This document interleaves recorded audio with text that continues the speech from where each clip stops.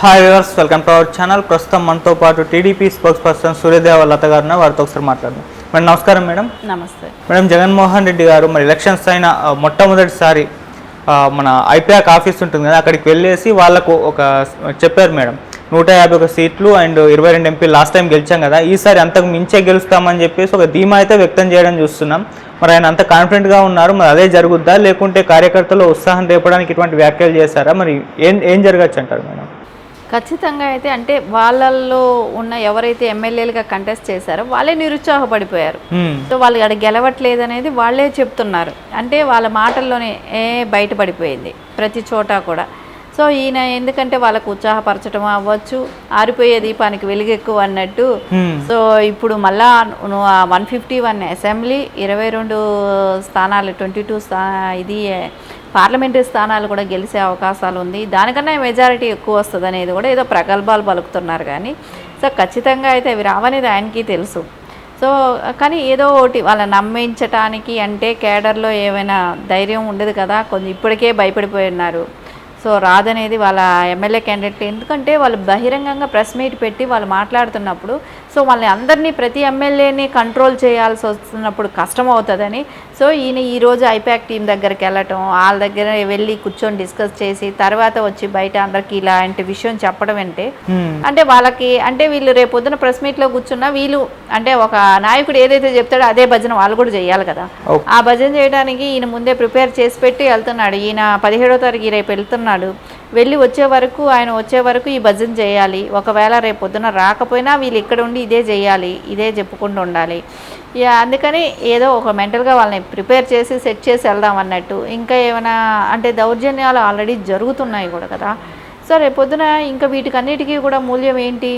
So వాళ్ళు ఎందుకు చేస్తున్నారు, క్యాండిడేట్ల మీద ఎందుకు తిరగబడుతున్నారు, ఇవన్నీ చూస్తుంటే వాళ్ళు గెలిచారు ఆల్రెడీ. ఎక్కడైతే టీడీపీ ఘన విజయం సాధిస్తుంది అనే ప్లేసుల్లో అంతా మళ్ళీ అయిపోయిన తర్వాత కూడా రచ్చల గొడవలు జరుగుతున్నాయి అనేది మనకు అర్థమవుతుంది ఇక్కడ. ఎందుకంటే వాళ్ళ గొడవలు చేస్తూ వాళ్ళని చంపటానికి ప్రయత్నిస్తున్నారు కదా. అంటే మళ్ళీ పోలింగ్ మళ్ళీ వస్తుంది. సో మళ్ళీ బై ఎలక్షన్స్ వస్తాయి. ఆ క్యాండిడేట్ లేకపోతే సో అప్పుడు మళ్ళీ మనం గెలవచ్చు. ఎంత దారుణంగా ఆలోచిస్తున్నారు. ఇవన్నీ చూస్తుంటే జగన్మోహన్ రెడ్డి అంటే ఇలాంటి రెచ్చగొట్టే మాటలే. ఇప్పుడు 151 అనేది అంటే గతంలో వచ్చిందని మళ్ళీ అంటే ప్రశాంత్ కిషోర్ గారి కన్నా కూడా ఆయన ఆశ్చర్యపోతారంట. ఆయన ఆశ్చర్యపోతే వచ్చిన ఇది ఎవరికండి? ఇప్పుడు ఆయన ఆశ్చర్యపోయాడా ఉన్నాడని మొత్తం ఇండియా మొత్తం ఇచ్చే ఈ రిపోర్ట్స్ అన్నీ మనం చూసాం ఎలా వస్తుందని, సర్వేలన్నీ అవన్నీ ఏం చెప్తున్నాయి? జగన్మోహన్ రెడ్డికి ఎక్కడా కూడా ఒక సర్వే కూడా ఆయనకి ఫేవర్గా రాలా గెలుస్తుంది అనేది. సో ఈయన ఇచ్చుకున్న సర్వేలే అంటే ఏదైతే జగన్మోహన్ రెడ్డి ఐపాక్ టీంతో చేసుకున్న ఆ సర్వేలే ఆయన చెప్పుకుంటున్నాడు. సో ఖచ్చితంగా ఆ జగన్మోహన్ రెడ్డికి ఒక భయం అనేది స్టార్ట్ అయ్యింది. ఖచ్చితంగా ఓడిపోతున్నాం అనేది. ఎందుకంటే ఆయన సిద్ధం సభలకి చూసినప్పుడే అర్థమైపోయింది. ఆ బస్సు యాత్రలు పెట్టుకున్నప్పుడే ఆ బస్సు యాత్రలకు కూడా ఆయన ఏ నియోజకవర్గం అయితే వెళ్తాడో ఆ నియోజకవర్గంలో క్యాండిడేట్లు కూడా లేకుండా ఉన్నారు. సో ఆ క్యాండిడేట్ కూడా ఆయనతో తిరగట్లేదు. అవన్నీ కూడా అంటే ఆయన అక్కడ ఉన్నప్పుడే వెళ్ళి ఆ వేరే పార్టీలో అదే టీడీపీలో వెళ్ళి జాయిన్ అవటమే కానివ్వండి, వాళ్ళ కండువాలు కప్పుకోవటమే కానివ్వండి, ఇవన్నీ కూడా జరిగాయి. కొన్ని చోట్ల ఎమ్మెల్యే క్యాండిడేట్లు అందరూ కూడా వెళ్ళిపోయి జనసేనలో చేరిన వాళ్ళు కూడా ఉన్నారు. ఎంపీ క్యాండిడేట్లు వెళ్ళిపోయి జాయిన్ అయిన వాళ్ళు ఉన్నారు. ఇవన్నీ చూస్తే అప్పుడే ఆయనకి తెలుసు ఓడిపోతున్నాం అనేది.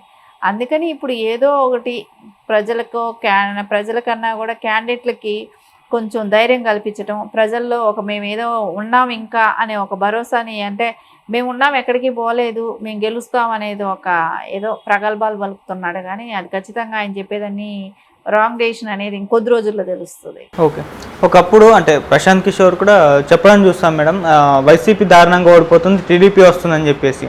ఇప్పుడు ఆయన ఆశ్చర్యపరిచే విధంగానే సాధిస్తామని అంటున్నారు. కానీ ఒకప్పుడు 2019లో ఆయన కోసమే వర్క్ చేశారు ప్రశాంత్ కిషోర్. మరి అప్పుడు బిలీవ్ చేశారు, మరి ఇప్పుడు ఎందుకు చేయట్లేదు అంటారు? అంటే ఎవరు ఆయన భజన చేసినంతసేపు వాళ్ళు మంచివాళ్ళు అనమాట.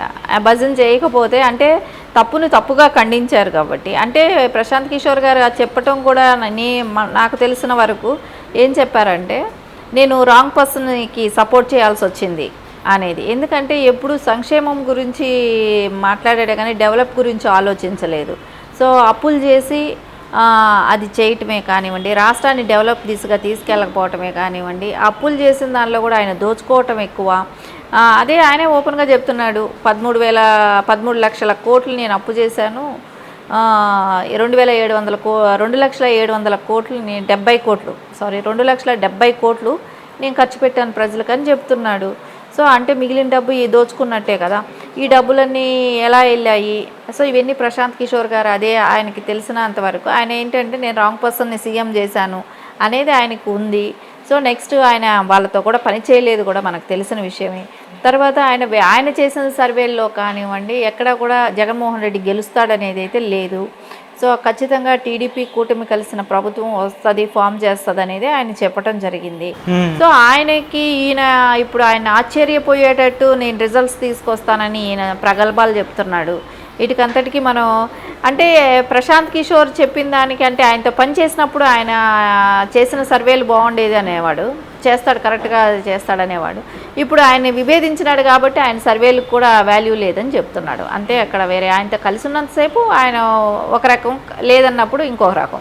ఓకే, అటు ఐపాక్ కూడా మేడం టీం వెళ్ళిపోతుంది, మొత్తం దుకాణం సర్దేస్తుంది కూడా వార్తలు రావడం చూసాం కదా మేడం. మరి ఇప్పుడు మళ్ళీ ఐపాక్ ఆఫీస్కి ఎందుకు వెళ్ళారంట? అంటే దాన్ని కంట్రోల్ చేయడానికి అనుకోవచ్చా? అంటే లాస్ట్ టైం ఒకసారి అలాగే చేశాడు. ఎలక్షన్ అయిపోయిన తర్వాత వెళ్ళి కలవటం అవన్నీ జరిగింది. ప్రశాంత్ కిషోర్ టీంని అంతా కలవటం అది చేశాడు.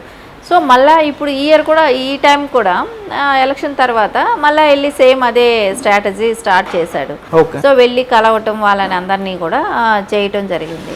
సో అది అక్కడ కలిసి వచ్చిన తర్వాత ఇలాంటి స్టేట్మెంట్ ఇవ్వాలి, ఇచ్చిన తర్వాతే వాళ్ళ ఎమ్మెల్యేల నోర్లు కంట్రోల్ అవుతాయి. అండ్ ఏంటంటే ఎవరికి వాళ్ళు ప్రెస్ మీట్లు పెట్టి ఇలా వాళ్ళకి రేపు పొద్దున వాళ్ళ గవర్నమెంట్ వస్తే అంటే ఎందుకంటే అనిల్ యాదవ్ మాట్లాడింది మనం విన్నాం కూడా. సో వాళ్ళకి గవర్నమెంట్ వస్తే రేపు పొద్దున ఇంకెంత అరాచకం అవుతుంది అన్నట్టు మాట్లాడాడు. అంటే గవర్నమెంట్ వస్తుంది అన్నట్టే డిక్లేర్ చేసి మాట్లాడటం కూడా విన్నాం. సో అంటే ఇవన్నీ వీళ్ళందరినీ కంట్రోల్ చేయాలి అంటే సో ఈయన ఇలాంటి ప్రెస్ మీట్ ఇట్లాంటిది ఏదైనా చెప్పాలి. సో వాళ్ళకి ఒక బూస్టప్ లాంటిది ఇచ్చి కొద్ది రోజులు మాట్లాడనివ్వకుండా ఉంచాలి, ఆయన వెళ్ళొచ్చే వరకు మాట్లాడకుండా ఉండాలి. సో వీలైతే ఇంకా తిరగబడాలి, గొడవ పడాలి, రేపొద్దున ఇంకా వెళ్ళేటప్పుడు ఇన్స్ట్రక్షన్స్ ఏమైనా ఇచ్చేళ్ళచ్చు. మీరు ఎంత దుర్మార్గమైనా చేయండి, ఎవరినైనా చంపండి, నరకండి, ఏమైనా చేయండి. సో రేపొద్దున ఇంకా మీరు తగాదాలు చేయండి. ఈవీఎంలని గురించి మీరు ఏదైనా గొడవ పెట్టో గోల పెట్టో ఏదైనా చేసైనా రేపు కౌంటింగ్ దగ్గరే కానివ్వండి, రేపు ఆ ఈవీఎంలు ఉన్న ప్లేసుల్లోనే కానివ్వండి, అది భద్రత అయిన ప్లేసుల్లో ఉందో లేదో తెలియదు కానీ రేపొద్దున అక్కడ కూడా చేంజెస్ చేసేటట్టు వీళ్ళని మోటివేట్ చేసే విధంగా మాట్లాడటం ఇవన్నిటికీ కారణం అదే అని అనిపిస్తుంది. మేడం జగన్మోహన్ రెడ్డి గారు అంచనా ప్రకారం అయితే 151 పైన 22 పైన అని అంటున్నారు. అసలు ఎన్ని రావచ్చు యాక్చువల్గా మీ ఒపీనియన్ ఏంటి? జగన్మోహన్ రెడ్డికి 20-25 వస్తే ఎక్కువేమోనండి. ఎమ్మెల్యే సో ఎంపీలు అయితే ఒక 3-4 వచ్చే అవకాశం ఉంటుంది, అంతకుమించి అయితే లేదు. ఎందుకంటే వైఫల్యాలు ఎక్కువ ఉన్నాయి. సో క్యాండిడేట్లే డీలా పడిపోయారు, రిజల్ట్ రాకముందే డీలా పడిపోయారంటేనే వాళ్ళ పరిస్థితి ఏంటో వాళ్ళకే ఎక్కువ అవగాహన అవుతుంది. కాబట్టి ఖచ్చితంగా వాళ్ళైతే అంతకుమించి గెలిచే పరిస్థితి అయితే లేదు. సో అంటే ఇవన్నీ వీళ్ళందరినీ కంట్రోల్ చేయాలి అంటే సో ఈయన ఇలాంటి ప్రెస్ మీట్ ఇట్లాంటిది ఏదైనా చెప్పాలి. సో వాళ్ళకి ఒక బూస్టప్ లాంటిది ఇచ్చి కొద్ది రోజులు మాట్లాడనివ్వకుండా ఉంచాలి, ఆయన వెళ్ళొచ్చే వరకు మాట్లాడకుండా ఉండాలి. సో వీలైతే ఇంకా తిరగబడాలి, గొడవ పడాలి, రేపొద్దున ఇంకా వెళ్ళేటప్పుడు ఇన్స్ట్రక్షన్స్ ఏమైనా ఇచ్చేళ్ళచ్చు. మీరు ఎంత దుర్మార్గమైనా చేయండి, ఎవరినైనా చంపండి, నరకండి, ఏమైనా చేయండి. సో రేపు పొద్దున ఇంకా మీరు తగాదాలు చేయండి. ఈవీఎంలని గురించి మీరు ఏదైనా గొడవ పెట్టో గోల పెట్టో ఏదైనా చేసైనా రేపు కౌంటింగ్ దగ్గరే కానివ్వండి, రేపు ఆ ఈవీఎంలు ఉన్న ప్లేసుల్లోనే కానివ్వండి, అది భద్రత అయిన ప్లేసుల్లో ఉందో లేదో తెలియదు కానీ రేపు పొద్దున అక్కడ కూడా చేంజెస్ చేసేటట్టు వీళ్ళని మోటివేట్ చేసే విధంగా మాట్లాడటం ఇవన్నిటికీ కారణం అదే అని అనిపిస్తుంది. మేడం జగన్మోహన్ రెడ్డి గారు అంచనా ప్రకారం అయితే 151 పైన 22 పైన అని అంటున్నారు. అసలు ఎన్ని రావచ్చు యాక్చువల్గా మీ ఒపీనియన్ ఏంటి? జగన్మోహన్ రెడ్డికి 20-25 వస్తే ఎక్కువేమోనండి. ఎమ్మెల్యే సో ఎంపీలు అయితే ఒక 3-4 ఖచ్చితంగా వాళ్ళైతే అంతకుమించి గెలిచే పరిస్థితి అయితే లేదు. Okay madam, thank you so much. Thank you.